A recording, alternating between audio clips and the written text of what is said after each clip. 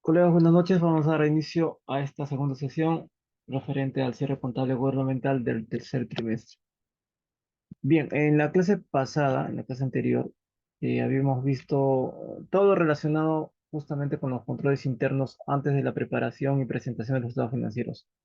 Un poco para recordar, la directiva de cierre contable, ya sea mensual, trimestral, semestral o anual, se va actualizando normalmente cada año, ¿no? Siempre hay algunas cosas adicionales que se toman en consideración justamente para el cierre de estos estados financieros.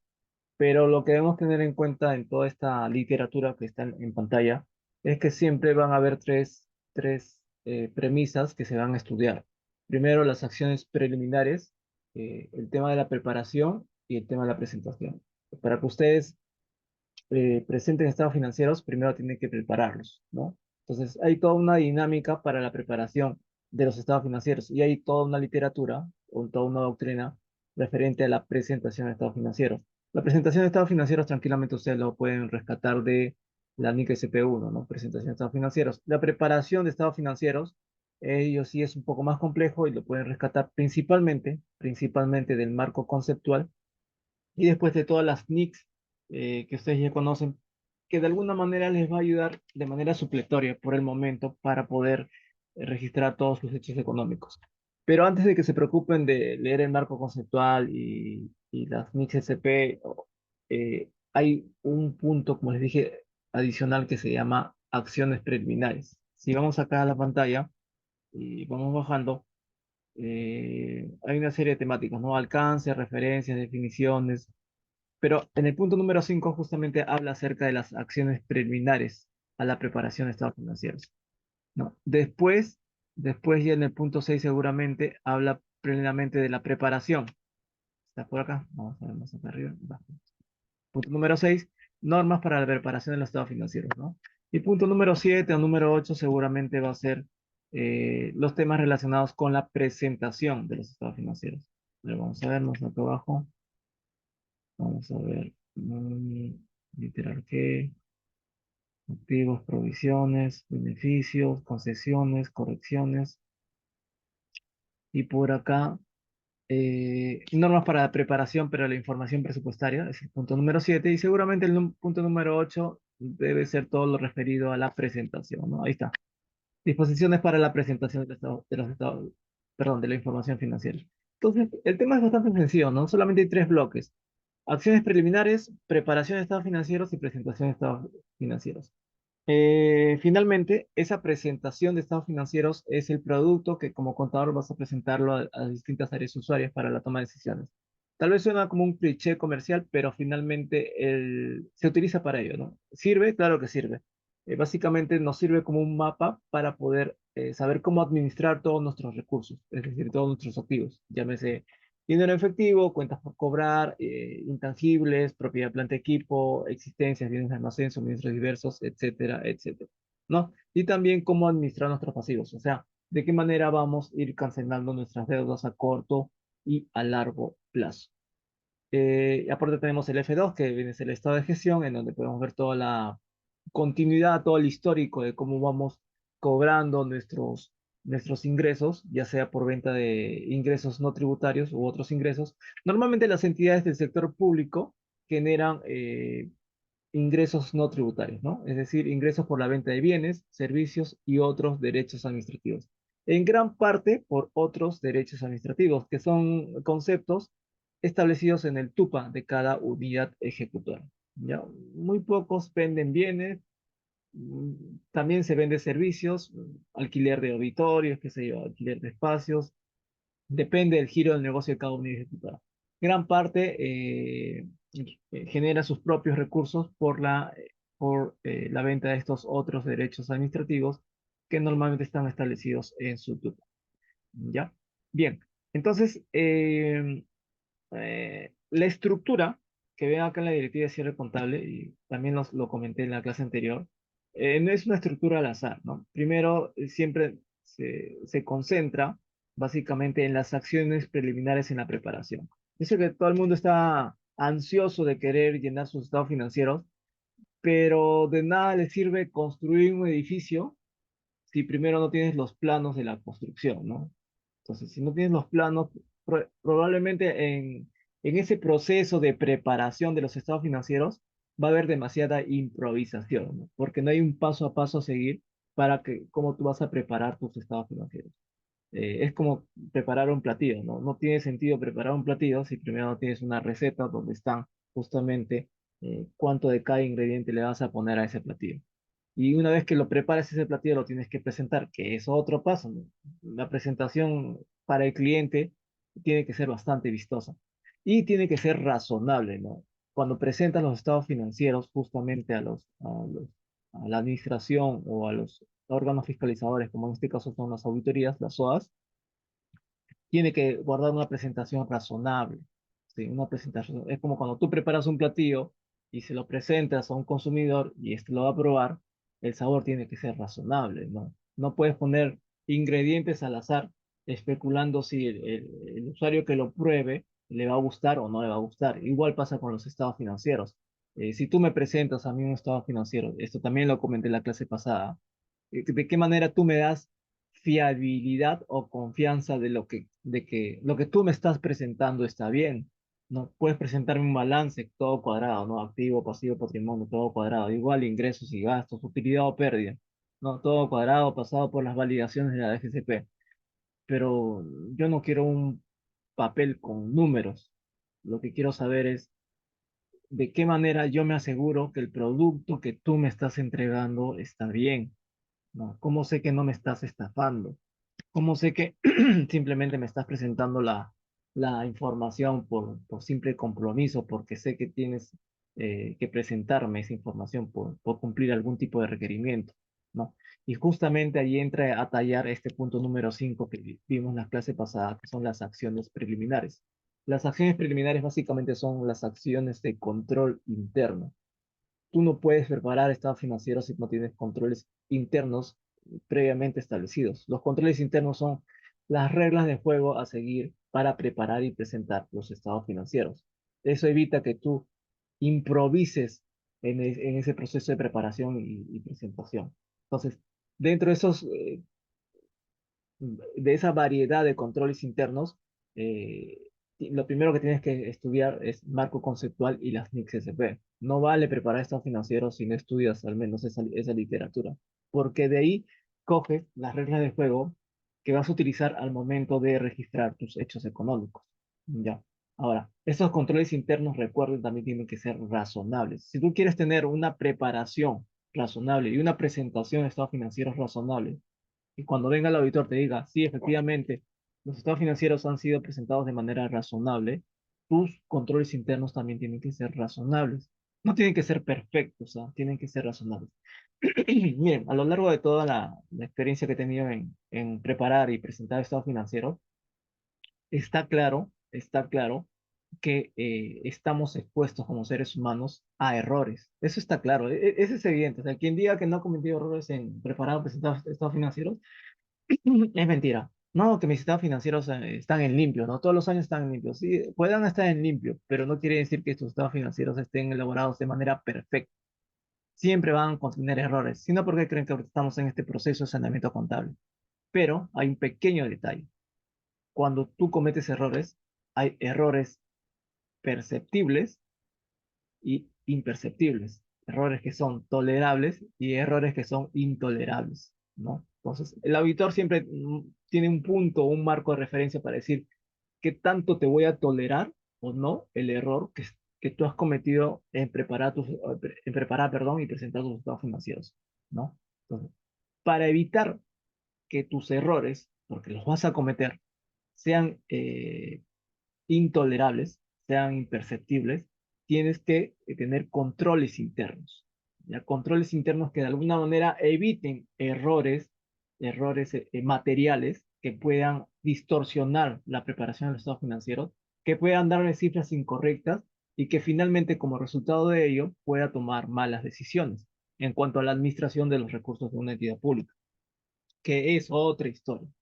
¿Ya? Entonces, en gran medida tienen que hacer controles internos razonables que hagan posible que los errores, los posibles errores que tú cometas sean imperceptibles, ¿ya? No distorsionen la toma de decisiones de la administración, ¿sí? No busco con esto la perfección, sería mentirles, pues, ¿no? Lo que busco es la razonabilidad en su trabajo, en su trabajo. Entonces, justamente, la directiva cierre contable inicia con esto, ¿no? Acciones preliminares. No me vayas a preparar estados financieros si primeramente no me estableces tus controles internos. ¿Cuáles son los controles internos? Los básicos, ¿no? Lo que ya conocemos, ¿no? Hacer conciliaciones bancarias, arqueos de caja chica, arqueos de fondos, valores, cartas fianzas, inventarios de bienes de almacén, de propiedad, planta y equipo, conciliaciones de cuentas por cobrar, circularización de saldos con clientes, con proveedores, lo básico, ¿no? Lo básico. O sea, esos son los controles internos razonables, se podría decir, ¿no? Ni siquiera perfectos. Bien, y justamente el proceso de sinceramiento contable que estamos pasando es a raíz de que los errores que han cometido las anteriores gestiones, que no solamente es culpa de contabilidad, por si acaso, son errores intolerables, ¿no? Intolerables. Y que evidentemente están en un reporte de deficiencias significativas de un dictamen de auditoría y que obviamente van a pasar también a este programa de saneamiento contable. ¿Ya? ¿Y eso por qué? Porque no tenemos nuestras reglas de juego claramente establecidas. Yo sé que cuando ustedes escuchan cierre contable gubernamental, lo único que quieren saber es cómo cerrar el balance. Y ese es el problema. Ese es el problema. No tienen que aprender a cómo cerrar el balance, sino primero tengan claro sus reglas de juego para recién comenzar a preparar y presentar los estados financieros. Entonces, miren qué es lo que dicen las acciones preliminares, ¿no? Lo vimos en la clase pasada. Dice lo siguiente, las entidades a través de administración, contabilidad, tesorería, patrimonio, logística, recursos humanos, presupuesto y todos los funcionarios que hagan sus veces son responsables del cumplimiento de la normatividad aplicable y de las actividades de control interno. ¿Ya? De las actividades de control interno. O sea, todos somos responsables del control interno. Pero quien lleva la batuta de ese control interno debería ser el área de contabilidad. ¿Ya? O sea, como yo recopilo información de todas las áreas usuarias que me producen hechos económicos entiéndase, de aquellas actividades que transforman mi patrimonio, es decir, que disminuyen o aumentan mi patrimonio, solamente de aquellas esas áreas orgánicas que modifican mi patrimonio, a esas unidades le tengo que pedir información. No le voy a pedir información a todas las unidades o áreas usuarias de mi entidad, ¿no? Solamente aquellas que transforman mi patrimonio. ¿Quiénes transforman mi patrimonio? Obviamente tesorería, patrimonio, logística, recursos humanos, presupuesto. O sea, normalmente todos los que manejan recursos, ya sean dinerarios o no dinerarios. ¿Ya? Para esos hay que establecer controles internos. Ellos son los principales obligados a poner sus controles internos, pero ustedes como contadores que captan su información tienen que ser, que tienen que llevar la batuta, ¿no? Para asegurarse que sus controles internos sean fiables. De tal manera que lo que yo capture finalmente a mis estados financieros también sea fiable, sea razonable y me evite problemas con entes fiscalizadores. ¿Ya? Miren, entonces todos, acá dice, todos somos responsables de las actividades de control interno relacionadas con la preparación y presentación de la información financiera y presupuestal. Entonces, ese es un tema clave, ¿no? Preparación y presentación. Preparación y presentación. Preparación, lean marco conceptual, NICS-SP, no es tan aburrido, poco a poco, conforme vayan estudiándolo, lo van a poder entender. El estudio del marco conceptual, por si acaso, no es un estudio de un mes, ni de 2 meses, ni de un año, es un estudio de toda la vida, igual las NICS-SP. ¿Van a aprender todas las NICS-SP? No, evidentemente que no lo van a aprender, pero sí se van a perfeccionar en algunas de ellas. Y créanme que es mucho más rentable perfeccionarse en determinadas NICs SP que en preparar estados financieros, ¿sí? Que en preparar estados financieros. Es distinto este, eh, manejar una combi o un microbús, ¿no? Subiendo a todas las personas, que hacerle un taxi en el aeropuerto a un personal que viene del extranjero, ¿no? Igual pasa con la carrera, ¿no? O sea, es distinto preparar estados financieros, preparar y presentar estados financieros de todo, que especializarse en determinados hechos económicos. Por ejemplo, ¿no? Cuentas por cobrar, multas por cobrar, un mundo bastante desconocido, ¿no? De las entidades recaudadoras, patrimonio, proyectos de inversión, liquidación técnica y financiera, es otro mundo. Hay una NIC específicamente para ello, hay una especialización netamente para ello. ¿no? Que es mucho más rentable que hacer todos los estados financieros, ¿no? Entonces, entender todo el marco conceptual, por más que sean algo de 45 páginas, no lo van a entender de la noche a la mañana. El estudio es de todos los días. Perdón, pasa con las NICS SP. ¿Ya? Bien. Entonces, ya para terminar este tema de las secciones preliminares que vimos la clase pasada, miren cuáles son estas actividades de control interno, ¿no? Las clásicas, ¿no? Elaborar análisis de cuenta, ¿no? Y acá te dice cómo debe estar compuesto el análisis de cuenta. eh, com- eh, los análisis deben estar debidamente detallados, conciliados y sustentados con la respectiva documentación física y electrónica. Bueno, ese tema ya lo vimos anteriormente. También dice que debemos hacer con las oficinas de presupuesto, logística y tesorería las acciones para el adecuado y oportuno registro de las transacciones de ingresos y de gastos en el módulo SIAP y otros aplicativos. Ya, a veces cuando tú lees los párrafos de esta directiva, parece que fueran párrafos que no guardan relación una con otra, ¿no? Pero todo esto, como vas a preparar estados financieros, básicamente lo que estás registrando son hechos económicos. Y debes tener claro qué cosa es un hecho económico, ¿no? Es aquella transacción o evento que finalmente transforma tu patrimonio. Entonces, ustedes tienen claro cuáles son las transacciones comerciales que realiza una unidad ejecutora, ¿no? Una compra, una venta, un cobro o un pago. Esas son transacciones comerciales. Y ese grupo de transacciones comerciales son registradas en el módulo administrativo a través del compromiso de engado, giro y pago o el determinado y recaudado, ¿no? Entonces, ese es un primer mundo de los hechos económicos, las transacciones comerciales, compras, ventas, cobros y pagos. Pero hay otro mundo, hay otro universo que se llama otros eventos. Esos otros eventos no necesariamente son transacciones comerciales, como estamos hablando, por ejemplo, alta, baja de bienes, depreciaciones, amortizaciones, deterioros de cuentas por cobrar, deterioro de activos fijos.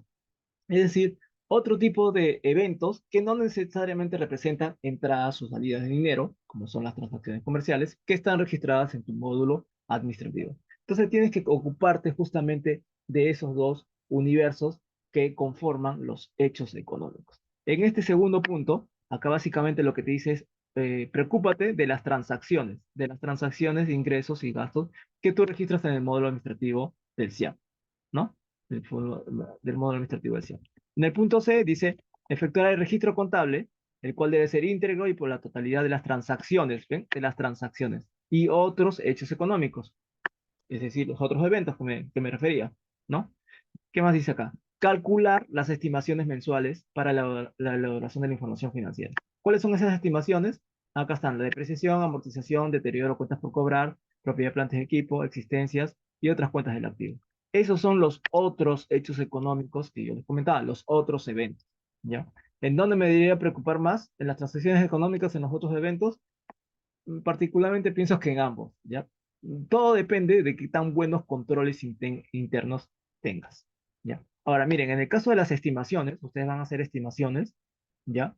Tanto de cálculo actuarial, deterioro de edificios, amortizaciones y demás, pero la oficina de administración es la responsable justamente de establecer las políticas contables. Las políticas son controles internos, son reglas de juego, los que les hablé inicialmente, ¿no? Entonces, esas políticas tienen que estar establecidas por la oficina de administración y la oficina de contabilidad de su registro contable. Evidentemente que administración se va a valer de las áreas usuarias y de contabilidad para llevar a cabo esta elaboración de política. Bien, Rubén nos comenta, ¿no? Profesor, ¿cómo puedo saber que estoy contabilizando la totalidad de los hechos económicos? Y justamente, sí, es una pregunta bastante interesante. eh, lo primero que tienes que hacer es identificar las áreas usuarias que te generan hechos económicos, es decir, aquellas áreas usuarias que te modifican tu patrimonio, ¿no? Que están modificando tu patrimonio. Calladitos, pero están modificando, ya sea de manera positiva o negativa, ¿no? Entonces, por ejemplo, ¿no? Almacén, me está modificando mi patrimonio, porque recordemos que a través de almacén compro bienes de almacén. Esos bienes de almacén son activos. Esos activos para mí representan mi patrimonio.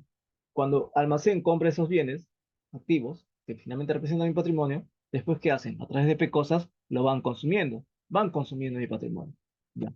Y finalmente, a fin de mes, lo que me hace es mandarme un reporte de ingresos, salidas y saldos. ¿Cómo yo sé que lo que me está informando es todo lo que me está informando? ¿Cómo sé que está completo? Tengo que hacer eh, eh, acciones de control interno alternativas para asegurarme que sea todo. Tengo que hacer pequeños inventarios, ¿no? ¿Cómo se le dice esto? Muestreos de inventario de ciertos artículos materiales de importes materiales, para asegurarme que la información que me está enviando sea completa, ¿ya? Aparte de ello, tengo que hacer conciliaciones mensuales con el área de almacén, ¿sí? Porque si en el mes de septiembre me informa que terminó con 100 en almacén, en el mes de octubre se supone que el saldo inicial debe ser de 100, más todas las compras, más todos los consumos, no sé, que me quede 50. Y así. O sea, voy haciendo seguimiento mes a mes cómo va consumiendo su mercadería. Porque raro, si hago conciliaciones de manera trimestral, semestral o anual, lo cual está mal, de repente él durante todo ese lapso de tiempo que no estoy conciliando con él puede hacer lo que quiera con su base de datos, ¿no? Modificar a su gusto. Y no me doy cuenta si me está informando de manera íntegra toda la información. Bueno, igual pasa con todas las áreas.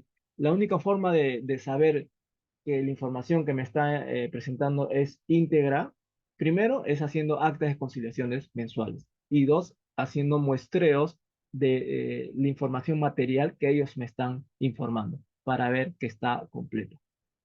De manera particular, pienso que las áreas usuarias no te presenten información completa. Primero, número uno, tal vez porque es propio de su día a día, de sus usos y costumbres, das la información y decir, bueno, esta es la información que necesitará contabilidad, pues, ¿no? El contador anterior me lo pidió así, entonces al nuevo también se lo dio así. Total, ellos no son contadores, pues, ¿no? Finalmente no saben en perspectiva qué harán con la información que te están entregando. Bueno, esto es para tu contabilidad. Allá, ¿cómo lo registrarás? No sé, pues ellos no saben nada de cuentas contables, de subdivisionarias, que le van a poner los estados financieros, o para qué servirán, no saben. Yo ya compré mi mercaderías, ya le hice mi nota de entrada, ya le hice mi pecosa, ya le entregué en el cochecito allá al área usuaria, hasta ahí terminé mi trabajo. Toma, acá está mi reporte, ¿qué harás con él? No lo sé, te lo presento todos los meses, ¿no? Hasta ahí nomás llega. Entonces, probablemente ellos mismos no saben qué información o qué tan completa es la información que nos está entregando a Contabilidad. Y por ello, Contabilidad tiene que establecerle las reglas de juego, que son los controles internos, y asegurarte que te entregue toda la información completa, ¿no? Igual, conciliar el saldo de balance, después dice acá, implementar recomendaciones de las deficiencias significativas provenientes de los dictámenes de auditoría. Deficiencias significativas, ¿se acuerdan que yo les hablaba de los errores tolerables e intolerables? Justamente lo que no se puede tolerar, ¿no? Distorsiona los estados financieros y por lo tanto se viaja a un reporte de deficiencias significativas, que es la famosa RDS, ¿no? Que lo hace el auditor. Eh, el auditor, el auditor es contador como todos nosotros, con la diferencia que él sí sabe las reglas de juego desde un inicio de cómo poner controles internos, preparar y presentar estados financieros, ¿no? O sea, ellos como que su trabajo está mucho más ordenado. Tienen normas internacionales de auditoría, ¿no? Llamadas las mías. Ellos llegan, hacen una visita preliminar y lo primero que hacen es pedirte todas tus normativas, políticas contables, reglamentos para cada hecho económico. Si no los tienes, se da cuenta que estás improvisando al momento de hacer tu trabajo, improvisando, ¿no? Entonces, con esa improvisación se sabe qué puntos va a atacar. ¿Tu directiva de caja chica? No, no tengo. Ah, ya sé, esa caja chica está hecho un desastre. Arqueo te voy a hacer. Uno de estos días, así tranquilito nomás, que ahí te voy a entrar, voy a tocar tu puerta. Buenos días, ¿cómo está? Venía por acá y nada, te voy a hacer arquero, te voy a hacer arquero. Manos arriba. O sea, ¿por qué? Porque sabe que no tienes una directiva de caja chica, ¿no? Entonces te pide, no sé, se me ocurre eh, manual de procesos de designación o selección de personal, ¿no? No tienes, de frente, va a recursos humanos, ¿no? Comienza a hacer un muestreo de todos los sueldos del personal y ve si tiene personal calificado o no calificado de acuerdo al sueldo que se le está imputando. Y así, ¿no? Ataca tus controles internos en su visita preliminar, que normalmente duran 15 días. Una vez que hace su visita preliminar, eh, envía a la Contraloría un reporte, el RAT se llama, un reporte, ya me olvidé el nombre, es un reporte de detección de fraudes o errores que puedan ver justamente en este proceso de visita preliminar. Una vez que termina su visita preliminar, vuelve en una siguiente fase y hace ya la ejecución del trabajo de auditoría, que normalmente dura algo de 30 días, no, 20 días más o menos aproximadamente, y comienza a ejecutar el trabajo en base a tus debilidades de control interno, ¿no? Y finalmente, RAT es el reporte de alerta temprana. Visita preliminar, reporte de alerta temprana, ¿ya? Pero después hay un proceso de ejecución de su trabajo de auditoría, que dura 20 días y comienza a atacar justamente tus debilidades de control interno. ¿Por qué? Porque si ve que hay una debilidad de control interno, así a ojos cerrados, sabe que hay un problema en tu contabilidad. Sabe que lo que tú has registrado en tu contabilidad es incompleto, no es íntegro.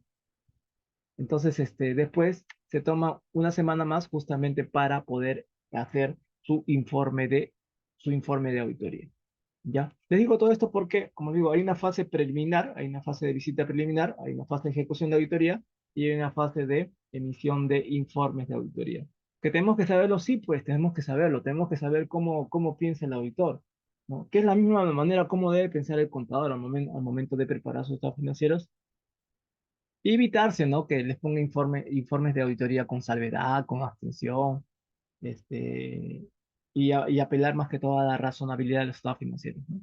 Rubén nos comenta, profesor, la auditoría te pide en tus políticas contables, sí, claro, al momento de su visita preliminar, pide todos tus controles internos. Dentro de tus controles internos están todas tus directivas, procedimientos, y dentro de esos procedimientos justamente están tus políticas contables. No, no pueden hacer contabilidad sin políticas contables, ¿ya? Es como entrar a un partido de fútbol, a jugar un partido de fútbol, y no sabe, y sin saber que no puedes tocar la pelota con la mano, ¿no? Que no te puedes pasar de la raya porque ya salió de la cancha. O que no se me ocurre, ¿no? Que hay una posición adelantada. O sea, no puedes entrar a un partido sin saber la regla de juego. Igual, no puedes preparar estados financieros si no te sabes la regla de juego de cómo hacerlo, ¿no? No es solamente hacer contabilizaciones, procesarlas, consolidarlas y a la de Dios, ¿no? A la de Dios que nos diga la DGCP si está bien o está mal los estados financieros. Bien, esto era con respecto a las acciones preliminares, ¿sí? Las acciones preliminares. Y ahora vamos a ver un poco acerca de de esta parte bastante importante, que es normas para la preparación de la información financiera, ¿ya? Normas para la preparación de la información financiera. Entonces, miren, eh, ¿qué dice acá lo siguiente, ¿no? En estos acápites, a ver un segundo, voy a, voy a minimizar un poquito esto de acá. Acá está. Acá está.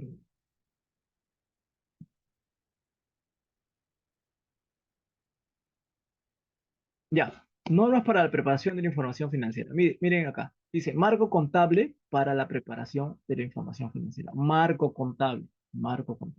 Miren, conforme a la implementación progresiva de las NIC-SCP, y en tanto la DGCP establezca la regulación para la adopción plena de estas NIC-SCP, las entidades deben preparar y presentar los estados financieros en base a los PCGA. Los PCGA son los principios de contabilidad generalmente aceptados, ¿no? Los principios, las políticas, son políticas un poco, tal vez se podría decir, primigenias, pero sirven, ¿no? Para preparar los estados financieros. Principios de contabilidad generalmente aceptados. Esas son nuestras principales reglas de juego. El principio de contabilidad clave matriz, esta es la más utilizada, es el principio de devengado, ¿no?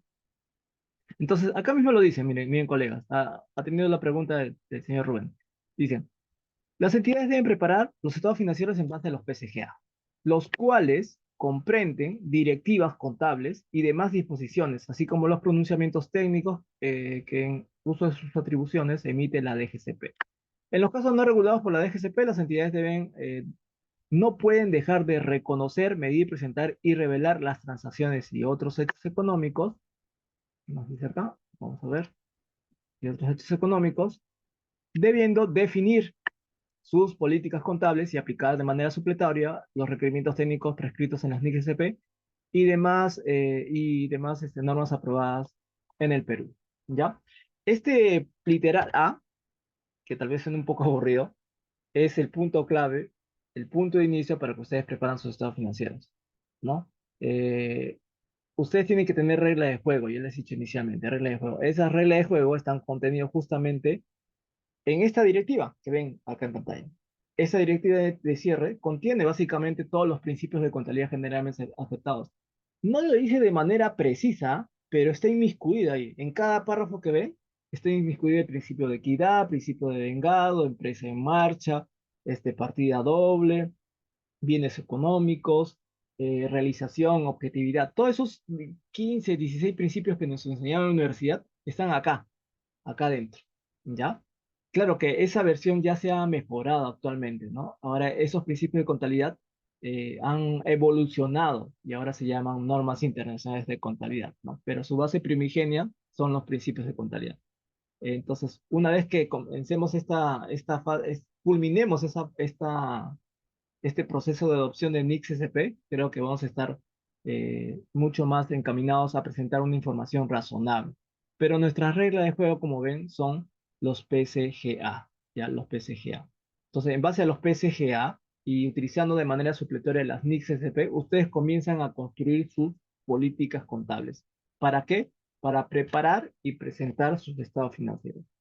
La fase de preparación tienen dos subfases, la fase de preparación, que es reconocer y medir, y en la fase de presentación es presentar y revelar, ¿ya? Cuando ustedes elaboren sus políticas contables, hay dos bloques, ¿no? Preparar y presentar estados financieros. Preparar y presentar. Dentro de preparar, ustedes tienen que reconocer y medir, y dentro de presentar, ustedes tienen que presentar y revelar los hechos económicos.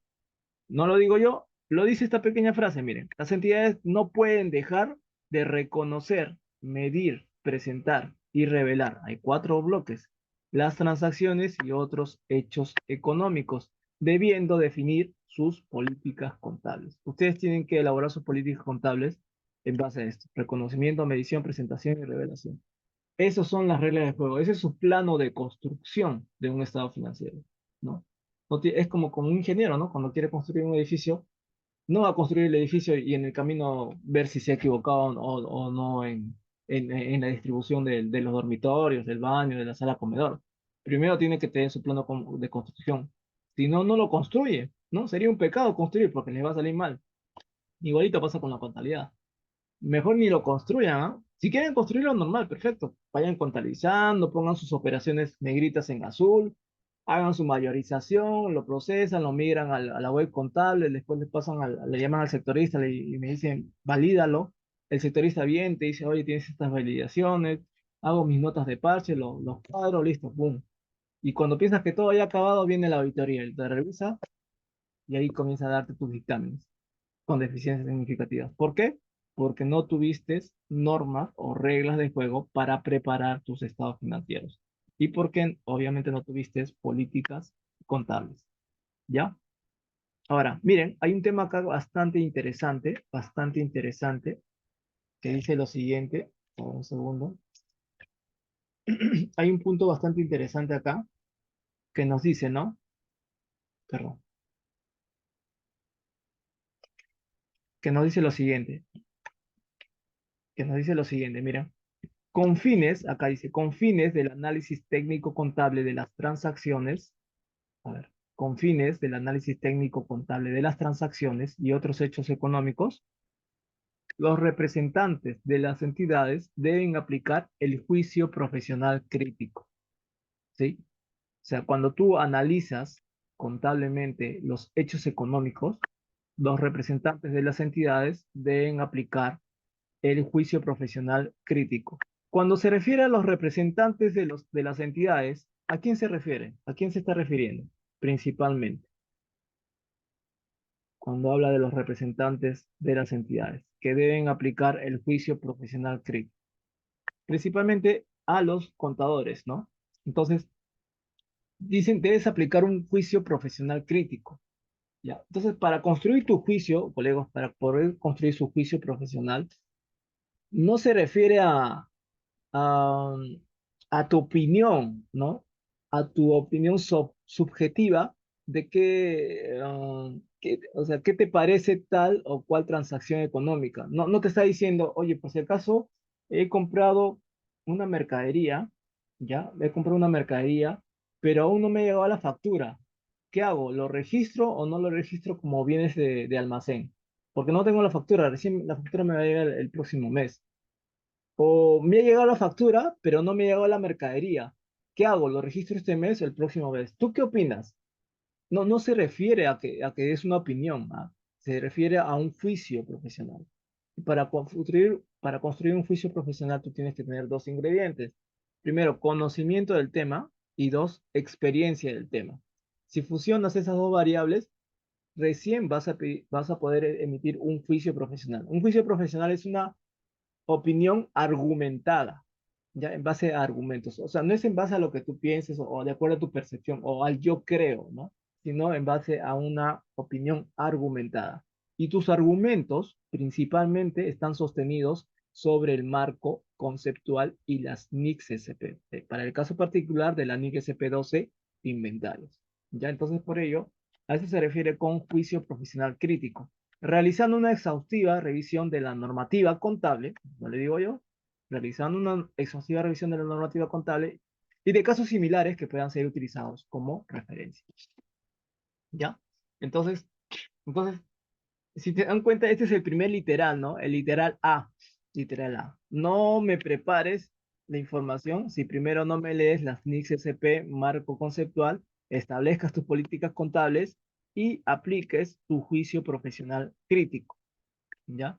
Acá no me está diciendo, hoy no te pongas, ponte a hacer estados financieros, contabilízalos, este, eh, preséntalos y ya, ¿no? O sea, todo parte de tener reglas de juego claramente establecidas. Ya para terminar este punto, colega, hacer políticas contables toma tiempo, ¿ah? Por si acaso, toma tiempo, porque el primer paso que tienes que hacer para poder construir estas políticas, como los auditores, es conocer el giro del negocio. ¿Ya? Y conocer el giro del negocio no te toma un día, ni 2 días, ni 3 días, ni un mes. Te puede tomar 3 meses, 5, 6 meses, de acuerdo, de acuerdo a qué tanto ambiente de control haya en tu entidad. Te vas a dar cuenta muchas veces que cuando llegas a tu entidad y estás rodeado del tesorero, del presupuesto de abastecimientos, de patrimonio, de almacén, muchas veces las actividades que realizan lo hacen por usos y costumbres, por usos y costumbres. Es más, cuando tú cambias su forma de trabajo, te va a decir, te va a cuestionar, ¿por qué tengo que hacerlo como tú me lo pides? Si siempre se ha realizado de esta manera, ¿ya? Probablemente no te vayan a argumentar, o en algunos casos sí, a medias te vayan a argumentar del por qué hacen su procedimiento tal como se lleva a cabo, ¿no? Entonces, conforme su desconocimiento, su conocimiento o su entender de lo que están haciendo sea mucho menor, el proceso de entender el giro del negocio va a ser mucho más largo para ti como contador, ¿ya? Pero si no entiendes el giro del negocio, no vas a poder construir justamente tus políticas contables. Construir una política contable para una entidad toma meses, ¿no? Incluso puede tomar un año para construir una política contable. Eso se hace de manera progresiva, ¿ya? Pero para ello tienes que conocerte el giro del negocio. Bien, pasando al siguiente punto, creo que ese es el punto más interesante, al menos el punto clave. Lo siguiente que tienes que conocer es la base contable de acumulación o de vengo. ¿Ya? ¿Qué sucede con esta base contable de acumulación? Dice que todas las transacciones y otros eventos deben ser reconocidos cuando estos ocurren y no cuando se efectúe el cobro y el pago. En consecuencia, los activos, pasivos, ingresos y gastos deben ser reconocidos en los estados financieros de los periodos con los cuales guarda relación. ¿Sí? Disculpe, antes de continuar, ¿se me escucha hasta este momento, no? Base contable de acumulación o de vengo. A ver, quiero su confirmación, ¿todavía se encuentran? ¿Se escucha bien? A ver, perfecto, perfecto. Ya, miren, perfecto, gracias por la confirmación. Miren, colegas, acá hay un pequeño gran detalle, ¿ya? Acá habla acerca del principio de vengado, ¿sí? Principio de vengado. Creo que es una literatura un poco ya conocida, ¿no? De la universidad. Todas las transacciones o hechos económicos se registran cuando éstas ocurren, ¿no? Y se deben registrar sin importar que éstas hayan sido cobradas o pagadas, ¿no? Eso es lo que dice. Eh, Quedarme con este concepto, colegas, y esto ya lo digo por experiencia en distintos análisis de cuentas, evaluaciones de auditoría y demás, quedarnos con ese concepto es como decir, este, es como hacerte la pregunta, por ejemplo, preguntarte, ¿no? ¿Qué es el sol, no? Y me dirías, ah, bueno, el sol es una cosa redonda y amarilla que está en el cielo. Ya. Es lo mismo que este concepto de devengado. Decir que el devengado solamente es reconocer los hechos económicos cuando estos ocurran, sin importar que éstas se cobren o paguen, es un concepto bastante limitado de lo que es el principio de devengado. Para entender el principio de devengado de determinado hecho económico, se debe estudiar el marco conceptual y a la vez las NICs SP relacionadas con determinado hecho económico para poder entender el principio de vengado en su integridad. ¿Ya? Por ejemplo, ¿no? Por ejemplo, usted acá dice que todas las transacciones y hechos económicos se registran en el momento que estas ocurren, sin importar su cobro o pago.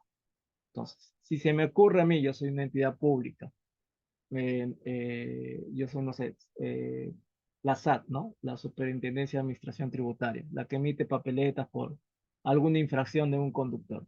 Ya, yo me paso la luz roja, viene la SAT, me pone una papeleta de 500 soles, ¿sí? Una papeleta de 500 soles. Si yo fuera la SAT, ¿qué hago con esa papeleta de 500 soles? ¿Lo registro bajo el principio de vengado? ¿Lo registro o no lo registro como un ingreso? ¿Lo registro o no lo registro como una cuenta por cobrar? Esa multa que le he impuesto a ese conductor por pasarse la luz roja. ¿Sería o no sería un ingreso? ¿Sería o no sería una cuenta por cobrar? ¿Qué opinan? Basándonos en el principio de vengado, ¿no? Donde dice que todos los hechos económicos, estoy frente a un hecho económico, se reconocen como tal sin importar que hayan sido cobradas, sin importar que hayan sido cobradas o pagadas. Yo me pasé la luz roja y en ese momento no le voy a pagar a la SAT. La pregunta es, ¿la SAT lo tiene que registrar esa multa que le ha impuesto como una cuenta por cobrar?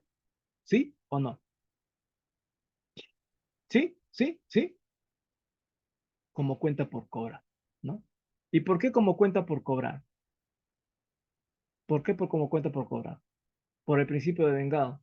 Ya. Pero vayamos un poquito más a la lógica. Olvídense un poquito del principio de vengado y díganme, ¿por qué registraría una transacción como una cuenta por cobrar? Porque nos dice no, porque es una transacción sin contraprestación. Ujú. Ya. Perfecto. ¿Por qué lo registrarían o no lo registrarían como una cuenta por cobrar, bajo el simple principio de vengado? Como se dan cuenta, el concepto de vengado es un concepto bastante limitado como para poder decir si esa transacción, esa multa lo registro o no como una cuenta por cobrar.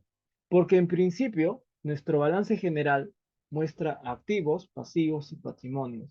Activos que me van a generar beneficios económicos o potencial de servicio en el futuro. Pasivos que me van a generar desembolsos de dinero a favor de un proveedor, de un banco o de un tercero. ¿Ya? En este caso, aparentemente estoy frente a un activo, a una cuenta por cobrar. Ustedes me indicaron que sí, regístralo como una cuenta por cobrar. Si el día de hoy yo te presto 500 soles, yo en mis estados financieros tendría una cuenta por cobrar por 500 soles. Si el día de hoy yo te presto 500 soles, ¿no? Y te digo, me lo devuelves de acá a una semana. Préstame 500 soles, por favor. Te presto. ¿En cuánto tiempo me vas a pagar? En una semana. Ni le pregunto para qué lo va a utilizar. De repente lo va a utilizar para un fin de semana, salir con su enamorada, hoy se va a ver el partido Perú-Argentina, qué sé yo, ¿no? En una semana te lo pago. ¿Cómo me la va a pagar? No lo sé, pues, ¿no? Si se va a salir un fin de semana de discoteca, no sé cómo va a obtener ganancias de esa visita, o oíste un partido de fútbol, no sé cómo va a haber un retorno de la inversión de tal manera que me devuelva a mí mis 500 soles. No lo sé. ¿Hay probabilidades que me pague esa persona? Probablemente no, probablemente no. Entonces, llega la semana, le pido los 500, se me devuelve los 500 soles, me dice que le espera una semana más porque le ha ido mal en el trabajo, porque no le pagan, porque no tiene para comer, etcétera, etcétera. ¿Hay probabilidades de que me pague? Probablemente no. Y mis probabilidades poco a poco van disminuyendo. Entonces, ¿cómo puedo yo registrar en mi estado financiero una cuenta por cobrar cuando la otra parte no tiene ni intención ni la capacidad financiera para poder pagar? No, sí, yo lo tengo por cobrar. ¿Por qué me debe? Pues yo le he prestado dinero. Yo le tengo por cobrar. Yo ya sé que le tienes algo por cobrar, pero el balance, los estados financieros no registran intenciones, intenciones de cobro de parte tuya.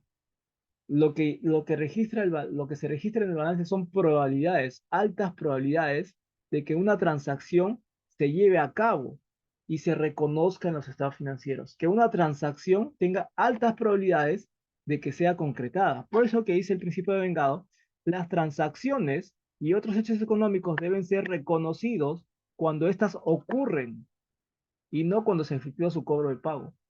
Entonces, ¿cómo puedo saber si esa transacción de cobro que les he mencionado va a ocurrir?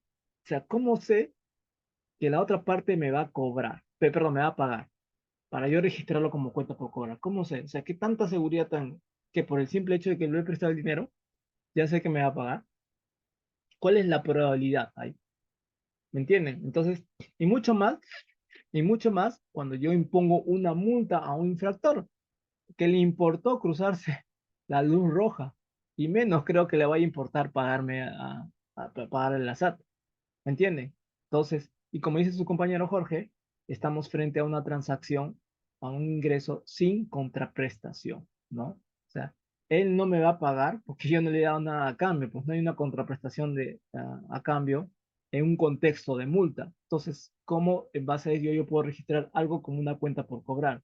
Esa información se lo voy al administrador y el administrador va a decir, ah, tengo una cuenta por cobrar por 500. ¿Y en cuánto tiempo lo voy a cobrar?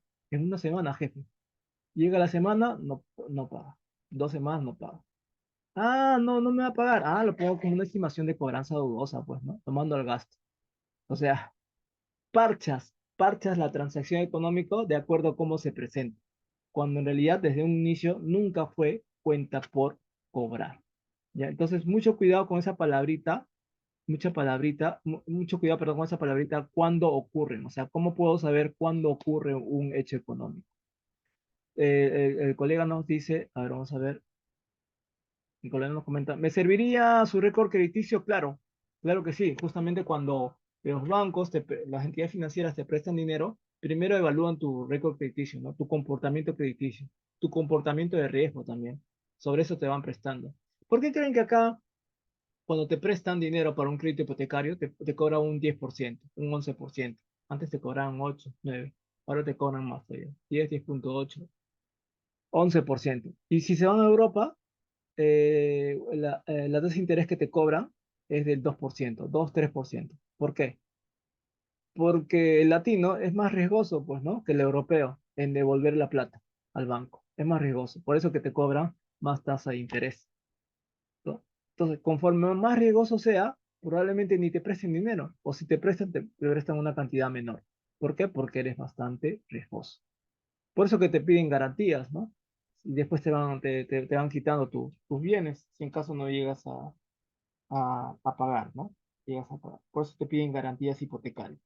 Como clientes somos bastante riesgosos. Entonces, ellos también ya saben el porcentaje de riesgo y sus cuentas por cobrar le aplica un deterioro de cuentas por cobrar. O sea, el banco, por ejemplo, en este momento me puede prestar a mí 1 millón de soles, ¿sí?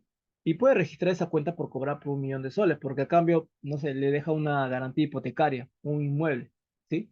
Pero a pesar, perdón, pero a pesar de que lo ha registrado esa entrega de dinero como una cuenta por cobrar, el banco ya hace una estimación de deterioro de esa cuenta por cobrar. O sea, no espera a que yo mensualmente le vaya pagando el préstamo para ver, para ellos ver si soy un buen o mal cliente. Ellos evalúan mi comportamiento crediticio de años anteriores y en base a eso hacen una estimación de cobranza dudosa, ¿no? De repente este señor a veces paga bien, a veces no. Voy a hacer una estimación de cobranza dudosa del 10, 20%, 30%, de acuerdo a cómo fue mi riesgo crediticio. Entonces, no es como acá en la contabilidad de Perú, ¿no? Primero tenemos que cobrarle y conforme se demoren más en pagarme, hago mi estimación de cobranza dudosa, ¿no? Esa es la estimación de cobranza dudosa ocurrida, ¿no? En cambio, el banco utiliza la estimación de cobranza dudosa esperada. Yo, en base a tu historia anterior, espero que me pagues el 90%, el 10% probablemente no me pagues. O sea, y ellos ya de antemano hacen su estimación, sin esperar a que ocurran las cosas, ¿no? Sin esperar a que yo deje de pagar.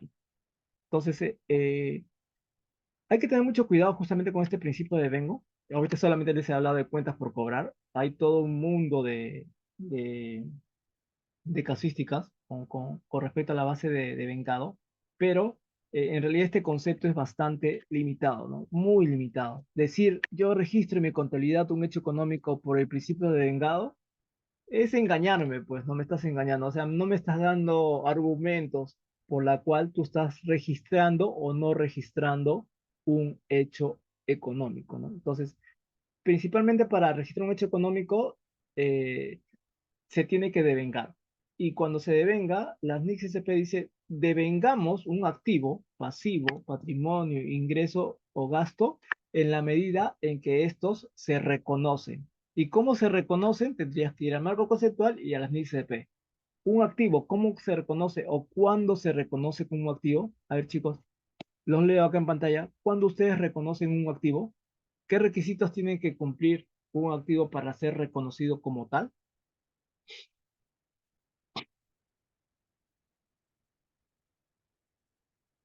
A ver, según el marco conceptual, reconocimiento de activos. ¿Cuándo yo reconozco un activo? ¿Cuándo? O sea, cómo puedo saber, perdón, que estoy frente a un activo? ¿No? ¿Cómo puedo saber eso? Devengado significa reconocer. Acá lo dice, ¿no? Las transacciones económicas y otros hechos económicos deben ser reconocidos. Entonces, hay una literatura relacionada con el reconocimiento de activos, pasivos, patrimonios, ingresos y gastos. A ver, y justamente, miren, vayamos a- a leer las respuestas. Marisol nos dice cuando su valor es mayor al cuarto IT. Jorge nos dice cuando por su potencial de generar beneficios económicos en el futuro. Perfecto. María Quispe nos dice cuando su vida útil es mayor a un año. Ya. Miren, sigo leyendo sus comentarios, colegas. A ver, somos 12 participantes, 14 participantes. Me gustaría seguir viendo sus comentarios, por favor, para llegar a una conclusión. ¿Sí? A ver, por favor, me gustaría de todos, o la gran parte de todos. Clarisa nos dice cuando los beneficios que genere son para la empresa. ¿Ya? Por favor. A ver, colegas, los demás colegas. ¿Cuándo se reconoce un hecho económico como un activo? ¿Cuándo lo reconozco como tal?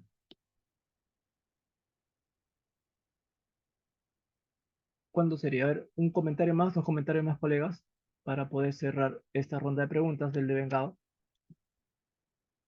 Las transacciones económicas u otros hechos se reconocen cuando éstas ocurren. Entonces, esas transacciones o hechos económicos se ven reflejadas a través de un activo, pasivo, ingresos o gastos. La pregunta es ¿cuándo se reconocen? Cuando patrimonio le registra y le asigna un código, ¿ya? Perfecto, genial. Miren, acá tengo, a ver, tengo uno, dos, tres, cuatro, cinco comentarios, ¿no? Que ustedes lo pueden leer ahí en el chat. Y si se dan cuenta, cada comentario tiene un matiz distinto, ¿no es así? De alguna manera no hay una uniformidad de criterios en cuanto al reconocimiento de un activo. Y justamente cuando yo les hablaba anteriormente acerca de políticas contables, el objetivo principal de una política contable es de establecer un criterio único en cuanto al registro de una transacción. Cuando tú usas una unidad ejecutora, y sobre todo una unidad ejecutora a nivel de pliego, ¿ya? Tienes un equipo de asistentes, de practicantes, que van a hacer una serie de registros contables. Entonces, no les puedes dejar a su libre albedrío a que ellos registren las operaciones como a ellos les parezca bien, ¿no? Entonces, la idea es tener un criterio uniforme y para ello se tiene que establecer justamente una política contable. Richard nos dice cuando hay captación económica o reconocimiento físico de un bien. ¿ya? Reconocimiento físico de un bien. Miren, mucho más cuando yo les hablé acerca de cuándo reconocen un activo. Yo no les hablé ni siquiera de cuentas por cobrar, inventarios, propiedad, planta, equipo, efectivo y equivalente efectivo. Ni siquiera les dije qué tipo de activo. Yo solamente les dije cuándo reconocen un activo como tal. No les precisé que era un rubro de propiedad, planta y equipo. No, no les dije que era un bien para la venta. No les dije que era una cuenta por cobrar. ¿Entienden? Entonces, desde ahí justamente comienza el ramaje de ideas, ¿no? Referente a un mismo concepto. Si se van al marco conceptual, indica que un activo tiene que ser reconocido en la medida en que éste genera beneficios económicos o un potencial de servicio y que su costo pueda ser medido confiablemente, ¿sí? Que su costo pueda ser medido confiablemente. Esas son las dos variables para poder reconocer una transacción como un activo. ¿Ya? Cuando yo les hablé acerca de las multas, y muchos me dijeron, sí, reconócelo como multas, algunos me dijeron que no, no lo reconozco como multa, ¿no? La multa, perdón, como cuenta por cobrar, no cuenta por cobrar es un activo. ¿Por qué no lo reconocí? Porque la primera premisa es que este activo te genere beneficios, que haya una alta probabilidad de que te genere beneficios económicos o un potencial de servicios. ¿La multa me va a generar beneficios económicos en el futuro? Sí, pues no, siempre y cuando la otra parte me quiera pagar, pero si no me quiere pagar, pues no me va a generar beneficios económicos. Entonces, ¿hay una alta probabilidad de que te pague? Probablemente no, pues si voy a mi historial de infractores, esos tienen una papeleta, dos, tres, cinco, 10 papeletos y no te pagan. Entonces, la probabilidad de cobro es bastante baja. ¿Lo registro como activo? No. ¿Por qué? Porque no me genera beneficios económicos futuros. La segunda variable, ¿lo cumple? Su costo puede ser medido fiablemente, sí, pues, ¿no? Le he impuesto una multa por 100 soles. O sea, su costo está claro. Ahora que me genere beneficios económicos, eso es bastante improbable. ¿Es activo? No, no es activo. ¿Ya? Entonces, por ejemplo, los peces en el mar. Los peces en el mar, ¿son activos? Son activos, ¿no? Tienen pinta de activos. Entonces, ¿me van a generar beneficios económicos o potenciales servicios? Claro, pues cuando los extraiga del mar y los venda, me van a generar beneficios económicos en el futuro. Pero su costo puede ser medido fiablemente. ¿Puede ser medido fiablemente el costo de todos los peces en el mar? ¿Sí o no? ¿Sí o no? Evidentemente que no, ¿no? Y por eso no puede ser reconocido como un activo. Tiene pinta de activo, es un activo, está claro, pero no lo puedo integrar a mis estados financieros. No puedo capturar esa información a mis estados financieros porque su medición no es fiable. Machu Picchu, ¿es un activo o no es un activo? Si es un activo, pues todo el mundo sabe que sí lo es. Te genera beneficios económicos todos los días. Ahora, ¿pero puedes medir fiablemente el valor de Machu Picchu? No lo puedes medir, pues. Está claro que es un activo que te genera beneficios, pero no puede ser medido fiablemente. Igual que las pirámides de Egipto, ¿no? Y así, para cualquier tipo de resto arqueológico cultural. Claro, y así, perdón, así con cualquier tipo de activo. Elijan el activo que ustedes quieran, ¿ah? El activo que ustedes quieran, pero tienen, para reconocer ese activo como tal, antes de contabilizarlos, háganse esa pregunta. Si te genera beneficios económicos o un potencial servicio. No solamente si te genera, si hay una alta probabilidad de que te genere esa, esos beneficios económicos o potencial servicio. Y dos, que pueda ser medido fiablemente, ¿ya? Cuando una entidad pública te dona o te transfiere, en este caso, perdón, te transfiere equipos de cómputo, tú lo registras como activo, ¿no? Pero ¿por qué registras como un activo esos bienes transferidos por otra entidad pública? ¿Por qué? Porque se hicieron simplemente una alta transferencia contable con sus asientos contables, por eso. ¿Por qué se registra un activo, unos equipos de cómputo que te transfieren a tu entidad como activo? ¿Por qué? Porque sabes que te va a generar un potencial de servicio. ¿Y porque sabes que su costo puede ser medido confiablemente? Ahora, ¿qué pasa si la otra entidad te transfiere los equipos, pero no te dice cuánto te ha costado? Importe cero. ¿Qué haces? ¿Lo incorporas o no lo incorporas en tu contabilidad? Si lo incorporas, ¿por qué? Porque traes un perito y le dices, oye, por favor, hazme una tasación y dime cuánto cuestan estos equipos de cómputo. Ah, te cuestan tanto. Perfecto. Ya sé que esos equipos de cómputo me van a generar un potencial de servicios y sé cuánto es su costo. ¿Ha sido medido confiablemente? Sí, pues traje un tasador. Ese tasador me trae confiabilidad. ¿Por qué? Porque es tasador. No, no es porque es tasador, porque ese tasador, al igual que yo como contador, también tiene sus políticas, también tiene sus reglas de juego, también tiene su recetario de cocina, tiene su paso a paso a seguir para poder tasarlo. De tal manera que cuando me entregue su producto final, yo diga, ah, yo confío en lo que tú me estás dando. ¿Por qué? Porque estás utilizando estándares de calidad para hacer tu trabajo. Igual ustedes, cuando ustedes preparan estados financieros y lo entregan a otra persona, le van a decir a la persona, ¿cómo puedo confiar en que tus estados financieros están bien? ¿No? ¿Cómo me puedes dar esa confianza?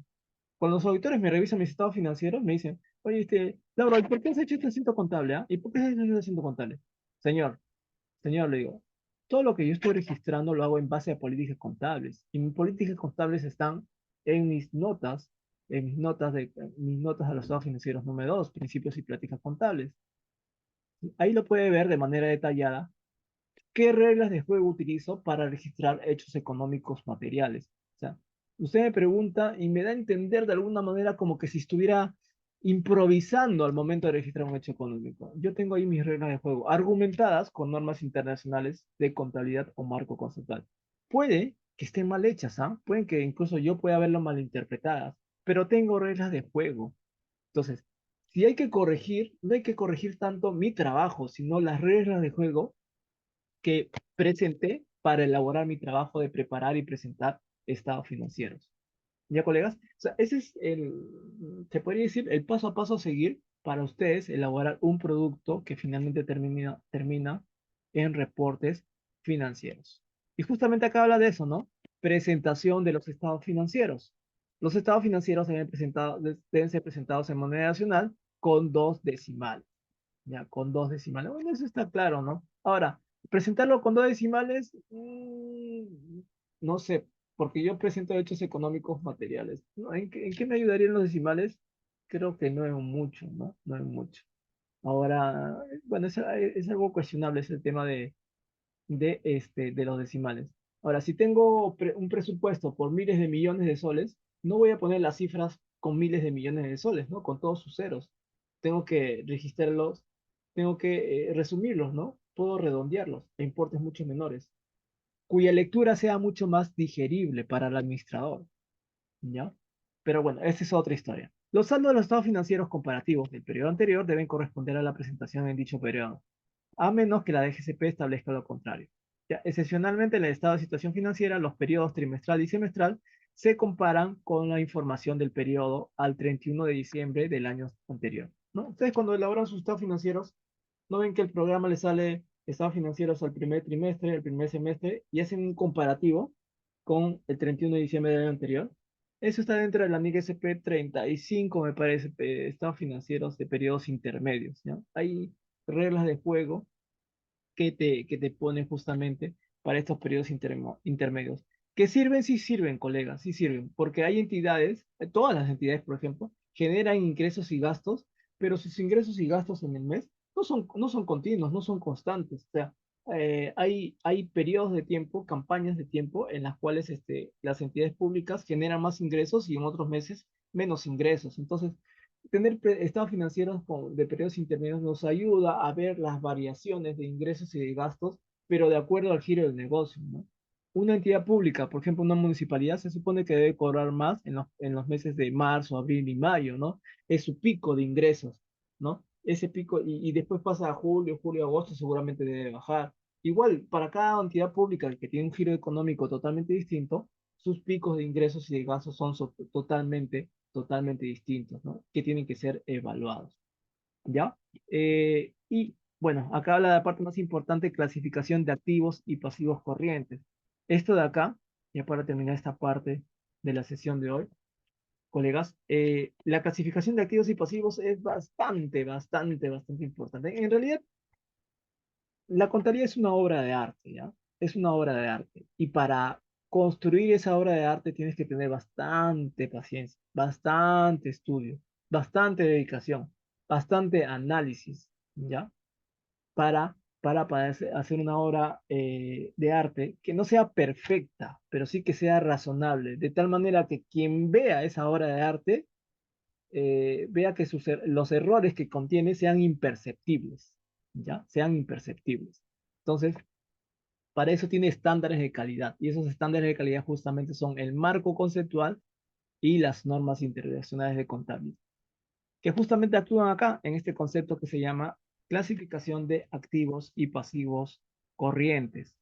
¿Cómo funciona esto? Miren, dice, para una adecuada presentación del estado de situación financiera, las entidades deben tener en cuenta las siguientes pautas.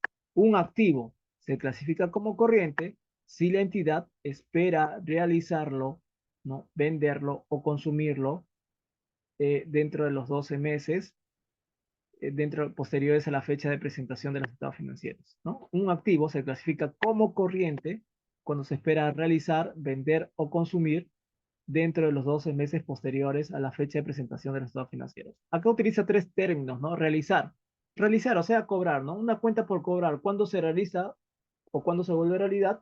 Cuando ésta se cobra, pues, ¿no? Una mercadería, ¿cuándo se realiza?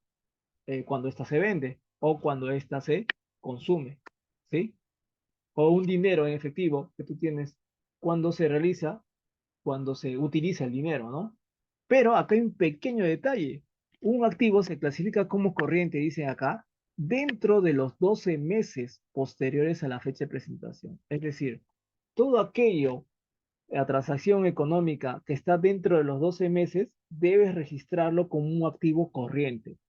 Y ese es el primer gran error que cometemos, ¿no? Siempre relacionamos la palabra activo corriente con los 12 meses, con los 12 meses, lo cual está totalmente mal, ¿ya? Eh, eh, hay otra norma internacional de contabilidad, bueno, que es la NIC SP1, perdón, donde habla de activos corrientes, en donde hay un párrafo adicional acá, ¿ya? Un párrafo adicional donde dice lo siguiente, ¿no? Donde dice lo siguiente. Dice que un activo se clasifica como corriente siempre y cuando se realice, venda o se consuma en el ciclo normal de la operación. Si se van a la NIC SP1, justamente habla de este párrafo, activos y pasivos corrientes. Y dice que el activo se clasifica como corriente cuando se espera realizar, vender o consumir dentro del ciclo normal de la operación. Ese es nuestro punto de partida. Yo les dije inicialmente, si ustedes quieren hacer contabilidad, quieren establecer políticas contables, primero tienen que conocer el giro del negocio. Conocer el giro del negocio les va a hacer saber cuál es el ciclo normal de sus operaciones. Y sobre eso recién clasifican los hechos económicos en corrientes y no corrientes. Si yo les hablo acerca de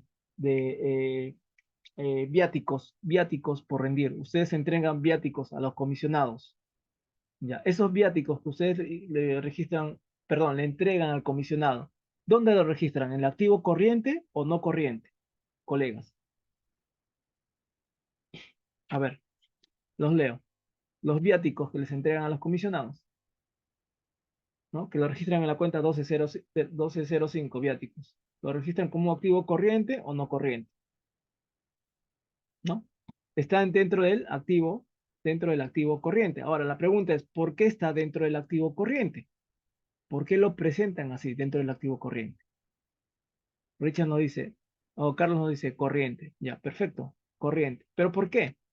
¿Pero por qué como corriente? Es lo que quiero saber. ¿Qué les indujo a ustedes a registrar un viático como un activo corriente? Si decimos, porque el viático se consume en menos de 12 meses, ya perdimos. Ya perdimos. ¿Por qué? El viático, cuando ustedes entregan un viático a un comisionado, conociendo el ciclo normal de las operaciones de un viático, ¿en cuánto tiempo se tiene que rendir ese viático? ¿En un año? ¿En menos de un año? ¿6 meses? ¿8 meses? ¿Ninguna de las anteriores? ¿En cuánto tiempo se tiene que rendir un viático? La DICE nos dice dentro de los 8 días. Bueno, ¿qué dice la norma? Hay una norma madre acerca de los viáticos nacionales e internacionales, en la cual creo que nos dice que son 10 días hábiles para viáticos nacionales y 15 días calendario para lo que son viáticos internacionales, ¿no? Esas son las reglas de juego. Saber ello es conocer cuál es el ciclo normal de las operaciones de un activo llamado viáticos. Entonces, ¿por qué lo registro como un activo corriente? Porque su mismo ciclo normal de la operación me dice que lo voy a consumir al corto plazo, es decir, a más tardar dentro de los 10 días hábiles, según la directiva de viático. Por eso lo pongo en activo corriente. No es porque se va a consumir dentro de 12 meses. Decir que el viático se va a consumir dentro de 12 meses es darle un viático a un comisionado y decirle, ¿sabes qué? Ríndeme cuando quieras, pues, ¿no? Sí, cerca un mes, 2 meses, 3 meses. Total, mi balance lo voy a poner en el activo corriente. Tienes hasta un año para rendirme, ¿ah? Total, ahí va a aparecer en el activo corriente. No, no, ¿sí o no? Entonces, ¿qué sucede? Yo le doy un viático a un comisionado, le doy un viático, y tiene 10 días hábiles para rendir. Llegan los 10 días y no me rinda. Llega un mes, pasa un mes, no me rinde. 2 meses no me rinde. 6 meses no me rinde. 8 meses, 10 meses, un año y no me rinde. ¿Dónde lo registro ese viático? ¿En el activo corriente? ¿Sí o no? ¿Dónde lo registro? ¿Ha atentado o no ha atentado con el ciclo normal de las operaciones?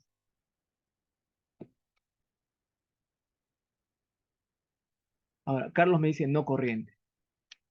Es que ese es el punto. El concepto de corriente y no corriente se amarra al ciclo normal de las operaciones. Se tiene que acoplar a ese ciclo normal. No puede romper, no puede distorsionar ese ciclo. O sea, si un comisionado no me rinde dentro del año, ¿qué hago? O sea, si se pasan, no sé, pasa un año y 2 meses y hasta ahora no me rinde, o pasa 3 años, 4 años, ¿qué hago? ¿Esos viáticos lo pongo como un activo no corriente? ¿El ciclo normal de las operaciones de un viático es ser no corriente o es ser corriente? ¿Qué me dice el ciclo normal de las operaciones? ¿Es corriente o es no corriente? Partiendo por eso, ¿cuál es su ciclo normal? Corriente, efectivamente. Ya.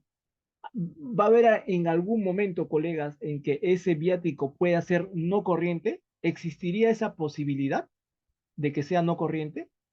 O sea, existiría esa posibilidad de decir, ¿sabes qué? Toma el viático y según mi directiva, por si acaso, como te hacía el extranjero, me lo rindes de acá a 2 años. ¿Existe esa posibilidad? ¿Sería un ciclo sería algo normal en las operaciones de un viático? ¿Sería o no sería posible eso? ¿Sería normal o sería normal, colegas? A ver, los leo. No sería normal. Por lo tanto, si no fuera normal, no puede ser un activo no corriente. ¿Ya? No puede ser un activo no corriente. Tiene que ser un ciclo, perdón, tiene que ser un activo corriente y cumplir su ciclo normal de operaciones. Si va en contra de su ciclo normal, hay una falla de control interno. Ustedes no están exigiéndole la devolución del dinero a ese comisionado o la rendición del mismo. ¿Me entienden? O sea, cuando hay una anormalidad ahí, cuando ustedes le presentan el análisis de cuenta al auditor y le presentan viáticos de años anteriores, esa es una normalidad. Y esa normalidad refleja una mala presentación en los estados financieros. Ese viático no es un activo corriente, menos un activo no corriente, menos. Ya. Entonces, si no es un viático, ¿qué cosa sería? Su compañero Jorge creo que hace un momento dijo, sería reclasificado como una cuenta por cobrar. ¿Lo registrarían como una cuenta por cobrar? ¿Sí o no? ¿Hay algo que les avale para registrarlo como una cuenta por cobrar? Un viático, Mariciano dice, si fuera de cobranza dudosa, ¿se puede castigar un viático? ¿Un viático se puede castigar? ¿Formaría parte del ciclo normal de las operaciones castigar un viático? Si lo ponen como algo normal, perfecto, ¿ah? Lo ponen en una normativa. Y en la normativa, disculpen que presione un poquito este ejemplo, ¿ah? En la normativa le diría, ¿sabes qué? Te entrego viáticos y si no me rindes, ya lo voy a castigar. Voy a castigar ese viático. Sería imposible, ¿sí o no? Sería imposible decir, voy a castigar el viático porque la otra persona no me va a pagar. Ya, porque si damos ese alcance de todos los comisionados, ya pues no lo rindo, pues no lo rindo total, el contador lo va a castigar. La pregunta es, el viático, está claro que no se puede castigar, pero la pregunta es, ¿el viático se puede registrar como una cuenta por cobrar? Exactamente, y ahí va la siguiente pregunta, ¿no? Que dice Marisol, se agotó todas las sanciones administrativas y no se cobró. Entonces, la primera pregunta, al comienzo, cuando el viático deja de ser rendido dentro del plazo establecido, ¿sigue siendo viáticos o no es viático? Si ya pasó el tiempo establecido ya por la directiva. Dígame, ¿sigue siendo viáticos o no sigue siendo viáticos? De acuerdo al ciclo normal de las operaciones. ¿Es o no es viáticos? Si ya le entregué viáticos y pasó 2 meses, le mandé su carta notariada, su documento, sus acciones administrativas, ¿sigue siendo viáticos, colegas? ¿Sigue siendo viáticos o no? O sea, su ciclo normal de operaciones te dice que eso es un viático. Yo le entrego dinero a alguien, oye, por si acaso ríndemelo, y tienes 15 días para rindírmelo. Por eso te estoy dando, y a esto lo que estamos haciendo se llama viático. Si le doy esa plata y pasan 2 meses y no me rinde, ya dejó de ser viático, pues, colegas. Ya su ciclo normal, su fachada dejó de ser viáticos. Es una cuenta por cobrar, porque le doy una plata y no está cumpliendo con los objetivos de la institución. Dejó de ser viáticos. Su naturaleza, se perdió esa naturaleza de ser viáticos. Entonces, ¿qué sería? ¿Sería una cuenta por cobrar o no? Si en la directiva indica que se puede descontar de sus remuneraciones, sí, pues en automático se convierte en una cuenta por cobrar que lo voy a descontar de sus remuneraciones. Ahora la pregunta es, ¿le descuenta de sus remuneraciones o no? Entonces, si no le descuenta, hay una falla de control interno. Nosotros como contabilidad solamente funcionamos como un espejo del control interno que ustedes establezcan. Si hay un mal control interno, entonces va a haber una mala contabilidad. Como no le descontaron de su planilla de remuneraciones, ese viático aún sigue pendiente y encima lo ponemos dentro del activo corriente, cuando ya se desnaturalizó hace buen rato y dejó de ser de viáticos y se cometió una cuenta por cobrar. El problema es que esa cuenta por cobrar, que antes era viáticos, no la cobraste porque no le descontaste de su planilla de remuneraciones. Y encima después de ese señor se va a ese trabajo y se va a otro lugar, ya no me puedes descontar. Entonces, no hubo una acción de cobro. Esa acción de cobro hace que tus activos, en este caso la cuenta por cobrar, se deteriore y tengas que hacer una estimación de cobranza dudosa. Pero o sea, esa estimación de cobranza dudosa es un parche a una mala gestión de cobro y evidentemente tiene una responsabilidad administrativa para esa persona que no le descontó por planillas a ese excomisionado. ¿Me entiende? O sea, no todo se trata simplemente de hacer asientos contables de estimación de cobranza dudosa o reclasificaciones. Se trata de hacer un buen control interno para administrar tus activos, ¿sí? Tus activos. Bien, ¿se entendió hasta esta parte, colegas?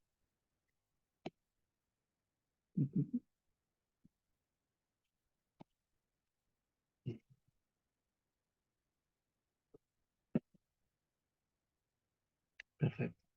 Vamos a ver. Bien, y así creo que hay una serie de literatura acá todavía por estudiar. Creo que lo vamos a continuar ya para otra sesión en el transcurso de la semana que viene. Y como ven, hablar de una directiva es todo un concentrado de literatura del marco conceptual y NICS-SP, de controles internos, de, de hechos económicos de distintas unidades ejecutoras, ¿no? Entonces, hay un sinfín de casuísticas que hacen que estas sesiones se vayan extendiendo.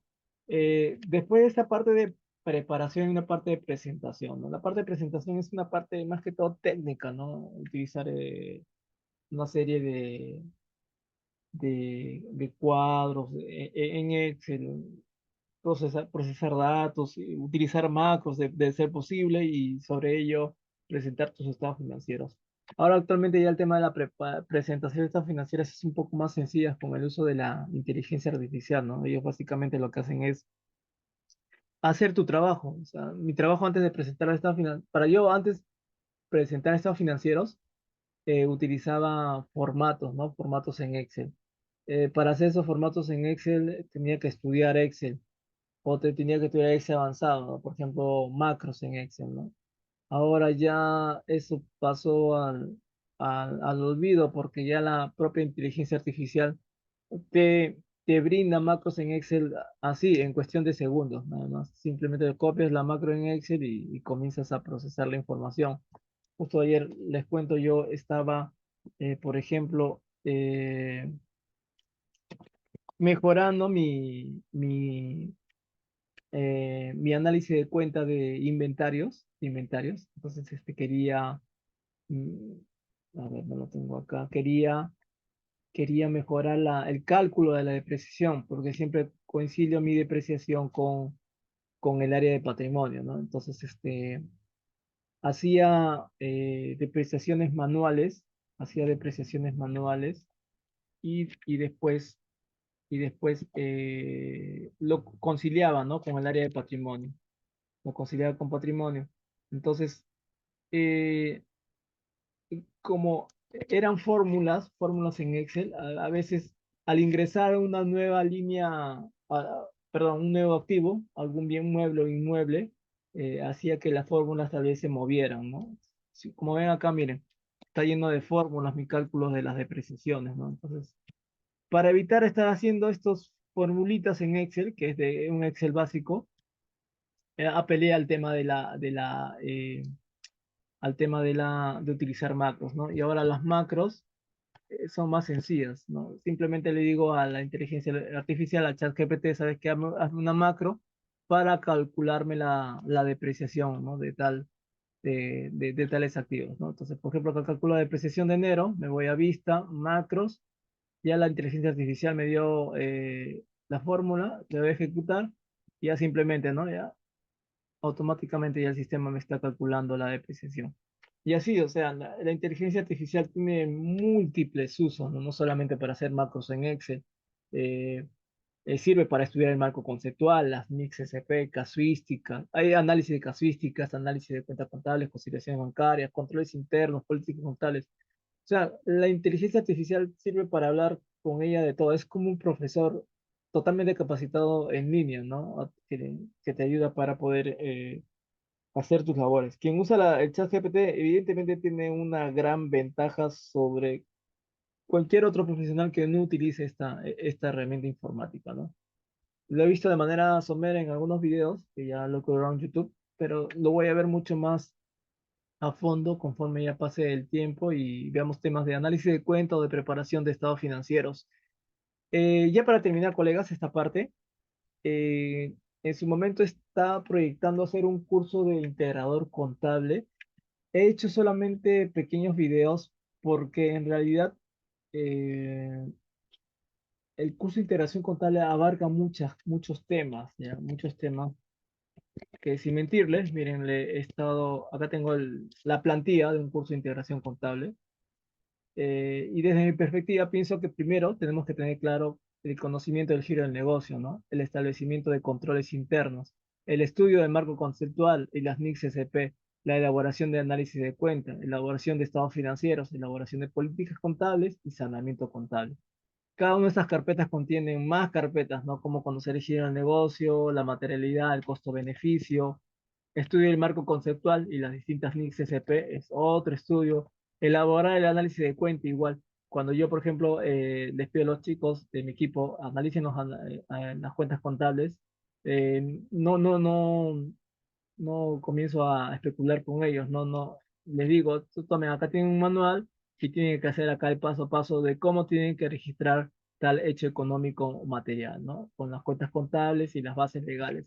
No apelo a la improvisación, ¿no? Para cada caso yo siempre hago un manual, un, un- una política contable que varía totalmente de acuerdo a cada giro del negocio, ¿sí? Entonces, no es un trabajo de un mes, de 2 meses, es un trabajo de años, pero depende mucho de cuánto conozcas el giro del negocio de una entidad.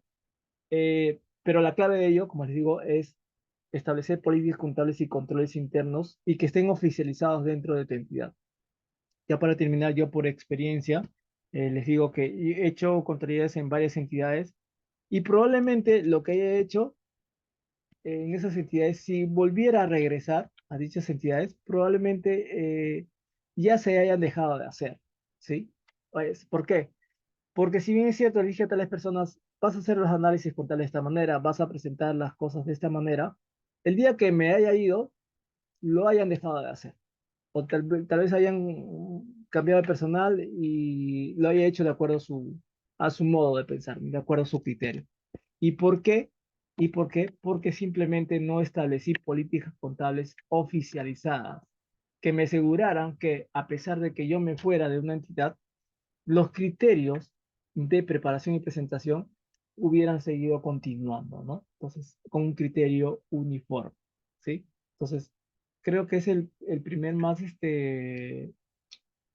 la primera recomendación que les doy, ¿no? Siempre que vayan a una entidad, establezcan políticas contables y lo oficialicen, ¿no? Con una directiva interna aprobada por la administración, de tal manera que los que vengan después continúen con el trabajo que ustedes venían realizando. Bien, colegas, eso sería todo por el día de hoy. Agradezco su participación en este pequeño conversatorio. Y ya la próxima semana estaríamos continuando con, con las actividades de preparación de estados financieros, ¿no? Ya para culminar finalmente con la presentación de los FIS. Sí, bueno, sí, sería bueno hacer un evento de integración contable y análisis de cuentas. Sí, lo que pasa que eh, en realidad cada tema es bastante amplio, ¿no? Bastante amplio. Justamente les comentaba en las clases anteriores, cuando me decían, me pedían hacer servicios de saneamiento contable, me decían, cuánto me cobras por hacer un saneamiento contable? Pero un saneamiento contable no es agarrar un paquete y decir, sabes que te cobro tanto, ¿no? El saneamiento contable es preguntar qué cuentas contables quieres que te sanee, en cuánto tiempo quieres que los acabes y con cuánto personal voy a contar para hacer ese saneamiento contable, ¿no? Porque si me vas a decir, ¿sabes qué? Hazme el saneamiento contable de una entidad, te voy a pagar 50.000 soles y házmelo en un mes, yo te voy a decir que no, pues, porque probablemente de repente me ves trabajo que cueste más de 50.000 soles, ¿no? Estoy haciendo un ejemplo al azar, por si acaso, ¿no? Primero dame el detalle de qué cosa quieres que te analice, de qué cuentas contables, qué adolecen esas cuentas contables de acuerdo a un informe de diagnóstico, en cuánto tiempo quieres que lo acabe, no yo, porque solo no lo voy a hacer. Evidentemente tengo que tener un equipo y darte un servicio, pues, ¿no? Un servicio adecuado, ¿no? Entonces, eso toma tiempo. No, que mi saneamiento contable va a terminar acá en febrero porque la DGCF me lo está pidiendo. Difícil que lo pueda hacer, ¿no? Difícil que lo pueda hacer un saneamiento contable en un mes. Haría un mal trabajo. Entonces, igual pasa con el tema de análisis de cuenta. Cada análisis de cuenta, al igual que cada saneamiento contable, tiene una peculiaridad, ¿no? En su estudio. Trae todo un historial. Entonces, hacer un análisis de cuenta de todas las cuentas contables es sería un curso bastante largo, ¿no? Como, por ejemplo, tengo colegas que ven análisis de cuenta de cuentas por cobrar, de multas.